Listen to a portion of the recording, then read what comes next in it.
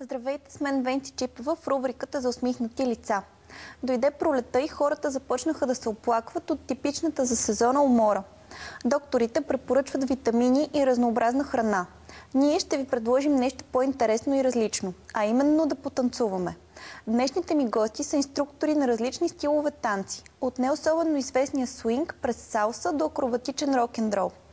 Те са се посветили на това да направят живота на другите по-цветен и по-красив благодарение на музиката и радостта да се движиш. И действително в залата не видях нито едно намръщено лице, въпреки че в края на работния ден всички са уморени и вероятно напрегнати. Вижте сега повече за магията на танца с щастливите хора, които открихме тази седмица.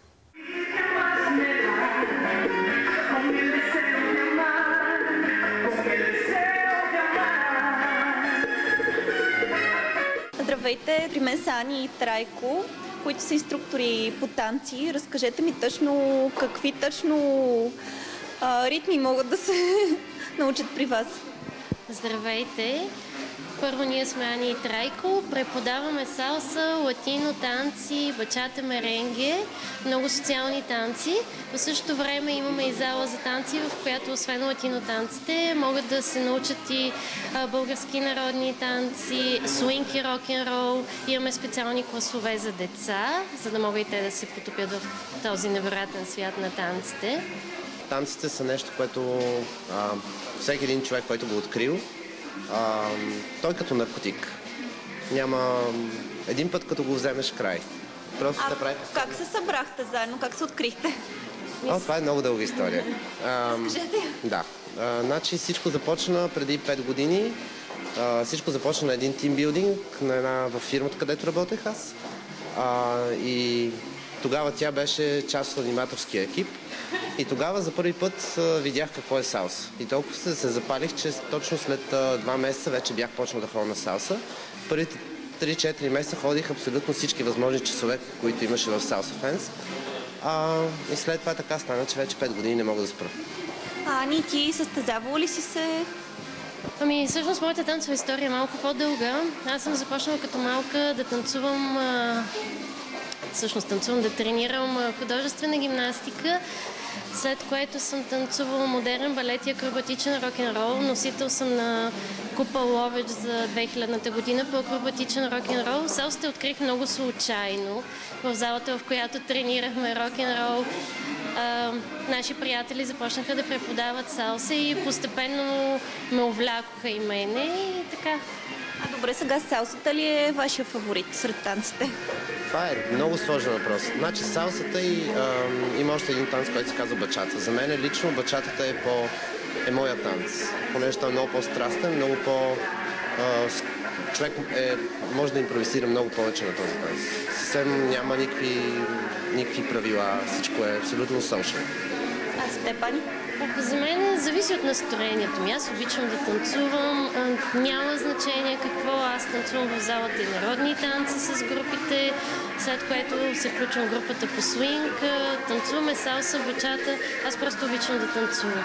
Но все пак, ако трябва да се описвам с някакъв танц, това ще е или румба, или бачата, заради страстта, която има в тези танци. Какво точно представлява свинга? По принцип не е чак толкова популярен като стил. Значи, свинга, това е група от танци, включва 12 танци, има различни видове, различни стилови свингови танци. Те са възникнали 30-те години на миналия век и се развиват в кабаретните клубове. Те са много живи, много забавни. Хората са ги танцували облечени с, особено дамите, това е много известно, с широки поли на точки, винаги направени и нагласени. Кавалерите винаги са били с тези обувки тип гангстърските, черно и бяло, с елечетата и с костюмите. Това е европейски танц ли? Не, възникнал е в Щатите, всъщност. Така че не мога да се каже, че е европейски танц. Има ли интерес към този танц? Да, в смисъл, той е доста нов за България, като цяло е доста нов и все повече и повече хора опитват. Нали знаете, то с танците е просто едно нещо или те грабва, или не те грабва. Мисъл, така и с салса, така и с народните танци. Всеки има различен вкус и музиката му влияе по различен начин. Самата музика, самите ритми, самия танц влияе по различен начин. Добре, а как седи положението с акробатичния рок-н-рол? Няма ли някакви възрастови ограничения? Акробатичен рок-н-рол е един от танците, в който има много ограничения. Трябва да внимаваш за теглото си, трябва винаги да си във форма. Тренировката, колкото и да е забавна, изисква изключително много концентрация.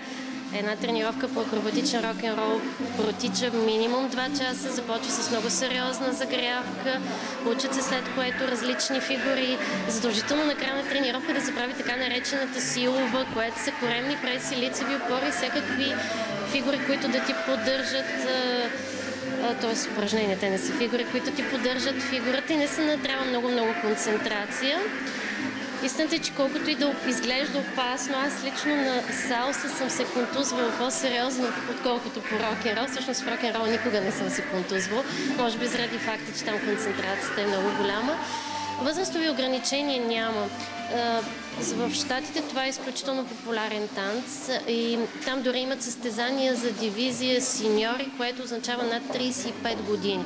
Те просто не правят сложни акробатични елементи, но там е много популярно. Техните състезания примерно са в 3 дена, за да могат да минат всички кръгове и всички желащи. В България, за съжаление, не е толкова популярен. Въпреки че на мен лично си ми е много голяма страст и си ми е много на сърцето това.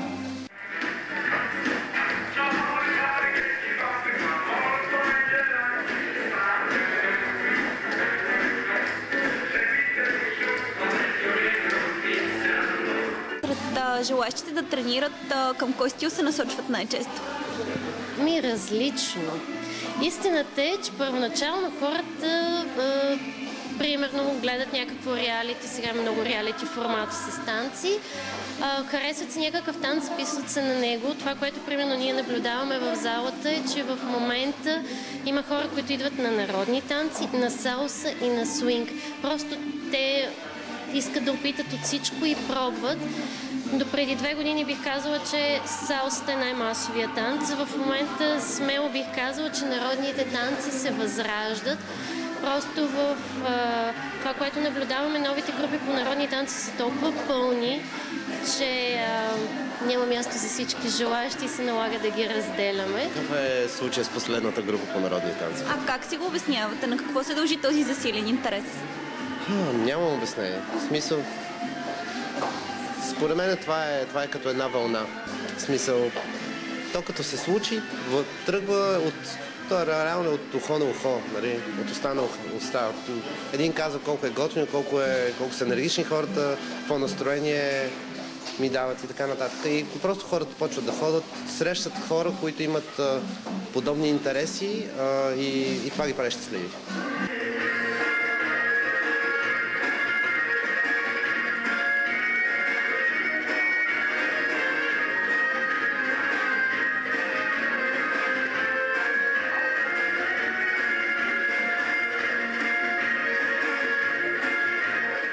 Танците винаги са били израз на духовното в човека и средство да общуваме помежду си.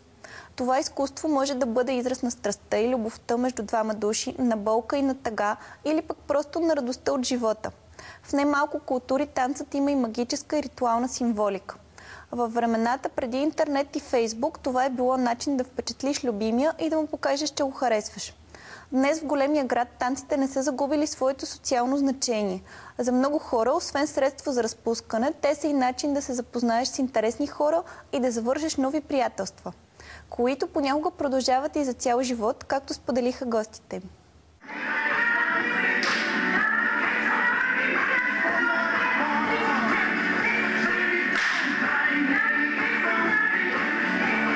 С Ани сте се запознали по време на тимбилдинг. Ако сега, да кажем, някоя фирма дойде при вас с желание да им изготвите програма, какво бихте им препоръчали? Задължително танци. Задължително танци. Салсата неминуемо трябва да е там. А защо това сближава хората? Защо точно тимбилдинг благодарение на танци? Може примерно да не понасиш колегата, пък да трябва да танцуваш с него. Защото успехите, постигнати заедно с някой друг, в салсата особено, има неща, които лесно се постигат и резултатът идва много бързо. И е видим и можеш да го усетиш. Не е нещо хипотетично. Музиката е нещо, което независимо какви недоразумения имаш в работата с колегата си, музиката е нещо, което те кара малко или много да си забравяш проблемите. Тя е нещо, което в един момент те кара да се абстрахираш кой точно колега е до теб, ако говорим точно за тимбилдингите. Имаме няколко доста успешни тимбилдинга. Те са ни най-големи успех. Аз ще ги спомена. Те бяха много мъжка компания, т.е. имаха много мъже в групата. Да не са танцували по двама мъже само. Всъщност не танцуваха, но това, което ми направи много голямо впечатление беше, ние тръгнахме така леко с един страх. Все пак мъжете е общо прието, да не са толкова склонни да танцуват, да имат някакви задръжки. И ние сега си казваме, добре, нали, някак си ще трябва да ги накараме и да станат.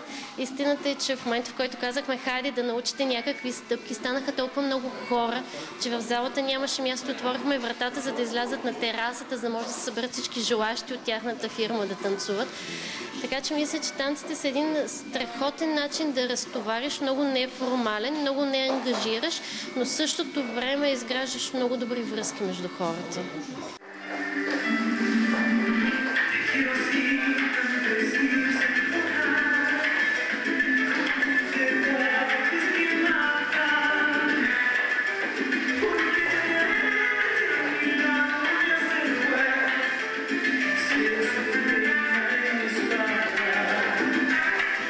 Ти какво мислиш за това, че мъжете по принцип не обичат да танцуваш ти самия преди да се запалиш? Така ли беше?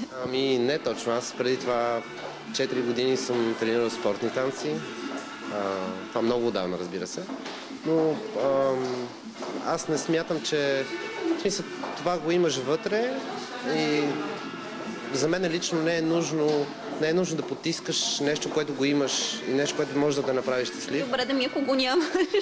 Ако го нямаш, всеки намира някакви различни причини, за да почне да занимава с това нещо. Някой да пребори стреса на работното място, да остави всички тези нерви след работа на танците и излезе нов човек.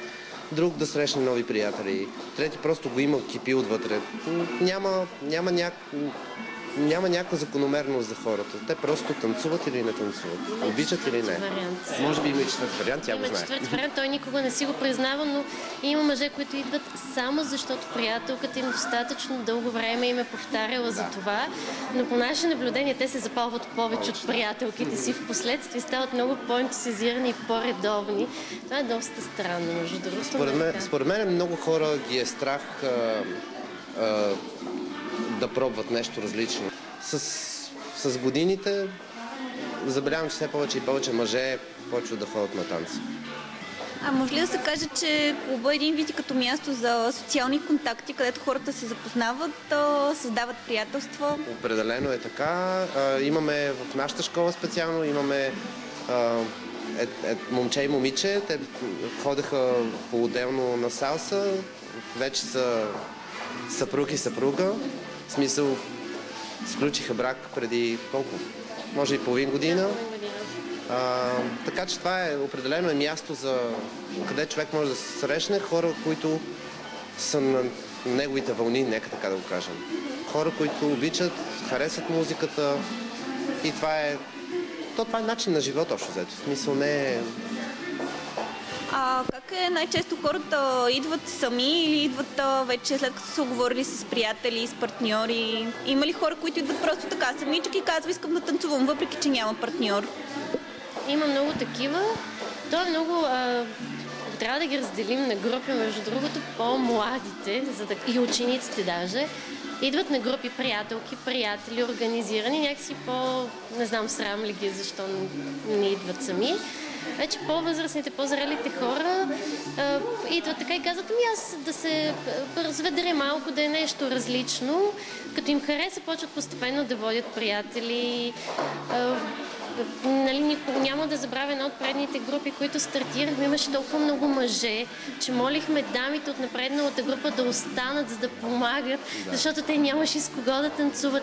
И всеки един от тези мъже беше дошъл сам. Никой от тях, те не се познават. Да не си търсят приятелки. Ами не, всъщност се оказа, че половината от тях са женени или имат сериозни приятелки, просто са решили да намерят тяхното си лично време. Решили са, че това няма да е фитнес, няма да е футбол, няма да е нещо различно. Просто бяха дошли в залата по танци. Беше невероятно. Те всъщност и сега продължават да идат под една или друга форма. Постепенно приобщиха и приятелките си, идват по партията. Просто много е...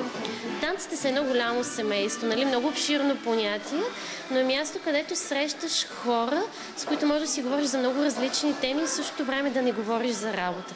И това е нещо, което карат всички да се усмихват и се чувстват много добре. И може би това е причината много хора да го приемат като форма на социален контакт. Тоест, ако човек няма партньор, който да желая да танцува с него, това не трябва да го спира да се включи в това голямо семейство? Абсолютно не. Не е задължително да имаш партньор. Винаги можеш да намериш някой, с който да танцуваш и с някой, с който да общуваш. Защото танца е вид общуване. Имате ли индивидуален подход? Или всичко е едно? Стъпките се знаят, който може повтаря, който не може да се оправя? Ние по-скоро може би нямаме универсален подход, освен първите 4 стъпки, които се учат. Всичко го адаптираме спрямо групата, спрямо хората. Дори понякога ние всъщност много опитваме се да разчупим леда. Тоест имат понякога хората, когато са много натоварени, идват и нали, дошли са на танци, но нещо липсва в атмосферата. Ние, понеже не обичаме да ни е скучно и винаги сме много усмихнати, много се опитваме да предадем това наше настроение. Показваме или се опитваме да накараме хората да се забавляват и да разчупят леда, така че не мога да кажа дори, че имам това със стъпките трябва да се направят по този начин. Не, за всяка група, за всеки човек е различно. Обръщаме внимание на всички, както казахме.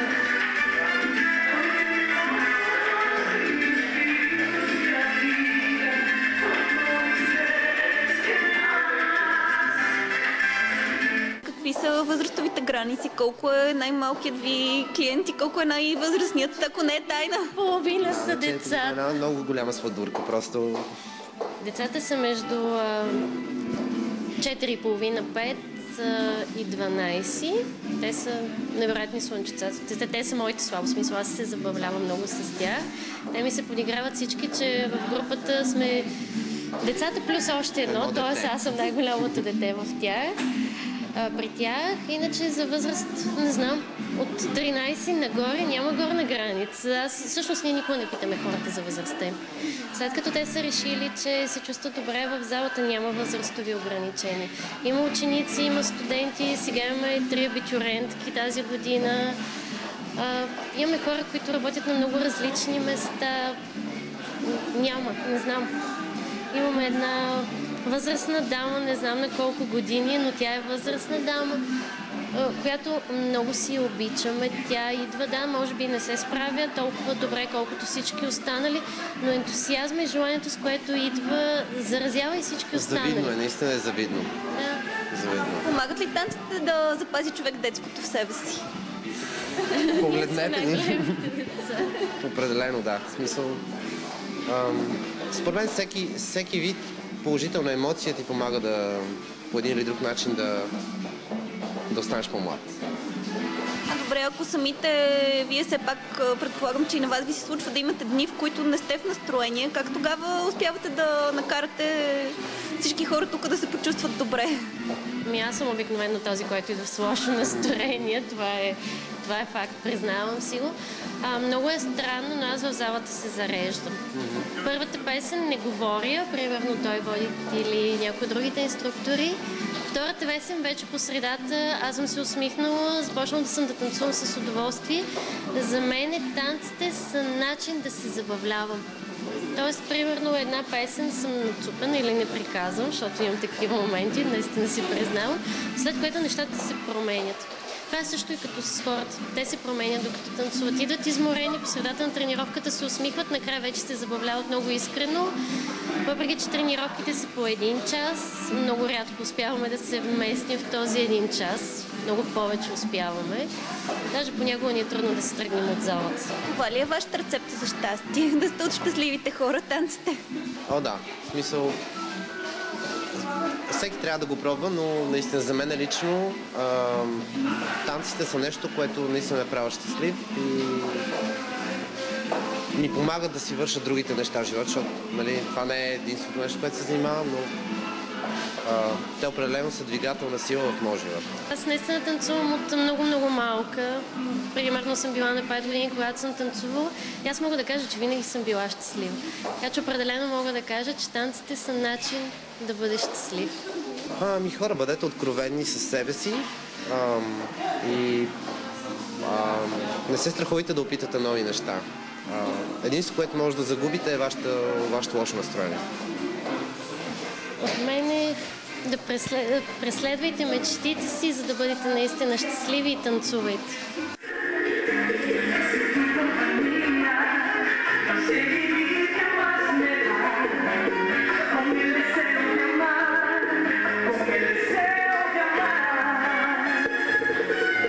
Това бяха щастливите ни минути за тази седмица. Ако танцуващите хора са ви се сторили достатъчно усмихнати и щастливи, нищо не пречи да опитате и вие. Пожелавам ви слънчево настроение и прекрасна седмица. Това беше всичко в Откровено за днес. Гледайте ни утре точно в 11. Как една жалба се прехвърля от инстанция на инстанция години наред и в крайна сметка остава без разглеждане заради изтичане на срокове. Има ли решение подобен казус и положително ли ще е то за жалбоподателите, ще разберете само в Откровено. Очакваме и вашите истории на електронната ни поща откровено@bbc.tv или във Facebook. Не пропускайте обедната емисия новини с Камелия Александрова. Аз ви желая много хубава седмица.